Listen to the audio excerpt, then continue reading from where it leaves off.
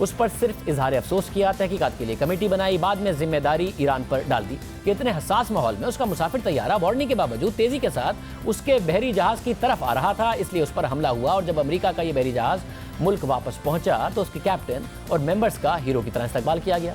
لیکن امریکہ کے لوگوں کو یہ بات نہیں بتائی گئی تھی کہ جب امریکی بحری جہاز نے ایران کے ہوائی جہاز پر حملہ کیا تو اس وقت وہ ایران کی سمندری حدود میں تھا، اور پھر 4 سال بعد ایک رپورٹ میں یہ بات سامنے آئی۔ ساتھ ہی انٹرنیشنل سول ایویشن آرگنائزیشن نے بھی اسے امریکہ کی غلطی قرار دیا، اور یہ بھی کہا کہ امریکی جنگی جہاز پر ایسا کوئی ساز و سامان موجود نہیں تھا جس سے انہیں سویلین جہاز کی ریڈیو فریکوینسیز موصول ہوئی تھی۔ امریکہ نے کبھی مکمل طور پر اپنی جارحانہ غلطی تسلیم نہیں کی، لیکن عالمی مبصرین نے اسے امریکی جنگی جہاز کے کیپٹن کی جارحانہ غلطی قرار دیا، اور کچھ نے امریکہ پر کور اپ کا الزام لگایا، کیونکہ جس بحری جہاز نے ایران کے مسافر طیارے کو مار گرایا تھا اس کے قریب امریکی بحری جہاز کے ممبرز کا موقف تک جاننے کی کوشش نہیں کی گئی، جنہوں نے سالوں بعد امریکہ کے ونزز نامی بحری جہاز کو جارحانہ قرار دیا تھا۔ ایران نے اس حملے کو امریکہ کی طرف سے ایک سوچا سمجھا حملہ قرار دیا۔ وقت گزرا، ایران اور عراق کے درمیان سیز فائر ہوا۔ 1989 کو ایران نے عالمی عدالت انصاف پر امریکہ کے خلاف کیس دائر کر دیا، کیس چلتا رہا۔ پھر 1994 میں دونوں ملکوں کے فریقین نے عالمی عدالت انصاف کو آگاہ کیا کہ وہ اس معاملے میں مذاکرات پر چلے گئے ہیں، اس لیے کارروائی ختم کی جائے۔ 1996 میں ایران اور امریکہ کے درمیان اس معاملے پر حتمی سیٹلمنٹ ہوئی، جس میں امریکہ نے یہ تسلیم کیا کہ 3 جولائی 1988 کا واقعہ ایک سنگین انسانی سانحہ تھا، اور امریکہ انسانی جانوں کے ضیاع پر افسوس کا اظہار کرتا ہے۔ سیٹلمنٹ کی بنیاد پر امریکہ ایران کو مقتولین کے لیے $61 ملین کی رقم ادا کرنے کے لیے رضامند ہوا، یعنی ایک مسافر کے لیے $2,13,000، مگر امریکہ نے ایران سے معافی نہیں مانگی، اور یہ جو رقم اس کی طرف سے ادا کی گئی اس کے لیے امریکہ نے خود کو پابند قرار دینے کے بجائے اسے ایک احسان کے طور پر پیش کیا۔ یہ تھی 290 کے نمبر کی حقیقت۔ اب دونوں ایک دوسرے پر دھمکیاں دے رہے ہیں۔ اب سے کچھ دیر پہلے امریکی وزیر خارجہ نے عراقی وزیر اعظم کے دعوے کا جواب دیا۔ عراقی وزیر اعظم نے کہا تھا کہ جنرل قاسم سلیمانی ان سے ملاقات کے لیے آ رہے تھے۔ اس بیان پر امریکی وزیر خارجہ مائک پومپیو نے آج رد عمل دیا، اور انہوں نے اس بات کا مذاق اڑایا۔ ہمارے ساتھ شجاع نواز صاحب موجود ہیں، سینئر تجزیہ کار ہیں۔ شجاع نواز صاحب بہت شکریہ۔ اب اگر ایران رسپونڈ کرتا ہے پھر اس کے بعد امریکہ رسپونڈ کرتا ہے، کیا یہ دونوں جنگ کی طرف جا رہے ہیں؟ سچویشن تو کافی خراب ہے، اور میں سمجھتا ہوں کہ ایران ضرور جواب دے گا، اور لیکن اپنے وقت پہ اور اپنی طرح سے، اور ایران کے پاس بہت سی آپشنز ہیں جو کہ امریکہ کے پاس نہیں ہے۔ بنیادی مسئلہ جو ہے اس جنگ میں یا اس خطے میں وہ یہ ہے کہ امریکہ کی اس وقت کوئی وسیع ڈاکٹرن نہیں ہے عالمی طور پہ کہ کیا رول ادا کرے گا امریکہ دنیا کے مختلف حصوں میں، اور ایک قسم کی گلوبل پولیسمن کا جو رول اب تک اختیار کیا ہوا ہے یہ بہت ٹیکٹیکل ہے کہ جہاں پہ ضرورت پڑتی ہے کسی نے بلا لیا تو پہنچ گئے، اور عراق کو خاص طور پہ اسی طرح ٹریٹ کر رہے ہیں جس طرح کہ افغانستان کی جنگ میں پاکستان کو ٹریٹ کیا تھا ایز اے سب سیٹ، کہ عراق اسرائیل اور ایران کی جو پالیسی ہے اس کے ماتحت تھا، اور اب عراق جو ہے وہ چاہتا ہے کہ امریکہ وہاں سے انخلا کرے، اپنے سارے ٹروپس وہاں سے نکالے، کیونکہ کوئی معاہدہ تو تھا نہیں ان دونوں کے درمیان۔ تو اب یہ ایک مشکل پیدا ہو چکی ہے امریکہ کے لیے کہ وہ ان کے اپنے جو سو کالڈ ایلائز تھے عراق جیسے ان کو بھی اب علیحدہ کر رہے ہیں، اور ایران کی جیت ہو چکی ہے۔ مگر اگر ایران جواب دے گا تو پھر امریکہ بھی جواب دے گا، کیونکہ وہاں الیکشن ہونے والے ہیں۔ ایران کی نہ معیشت نہ ہی ملٹری صلاحیت امریکہ کے مقابلے میں ہے، تو پھر یہ جنگ کی طرف جائیں گے، کس طرف جائے گا معاملہ؟ عین ممکن ہے کہ جنگ ہو سکتی ہے، لیکن اس کا کسی کو فائدہ نہیں ہوگا۔ ایران اس وقت سیریا میں قائم ہے، ان کا لیبنان پہ انفلوئنس ہے، عراق پہ انفلوئنس ہے، اب عراق چاہ رہا ہے کہ امریکہ وہاں سے نکلے۔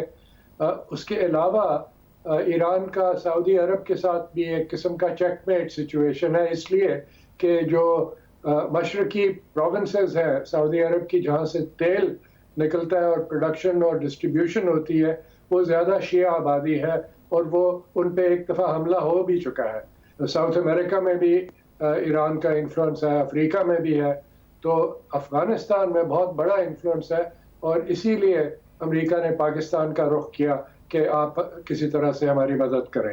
بہت شکریہ، شجاع نواز صاحب موجود تھے۔ آج پروگرام میں اتنا ہی، اجازت۔ اللہ حافظ۔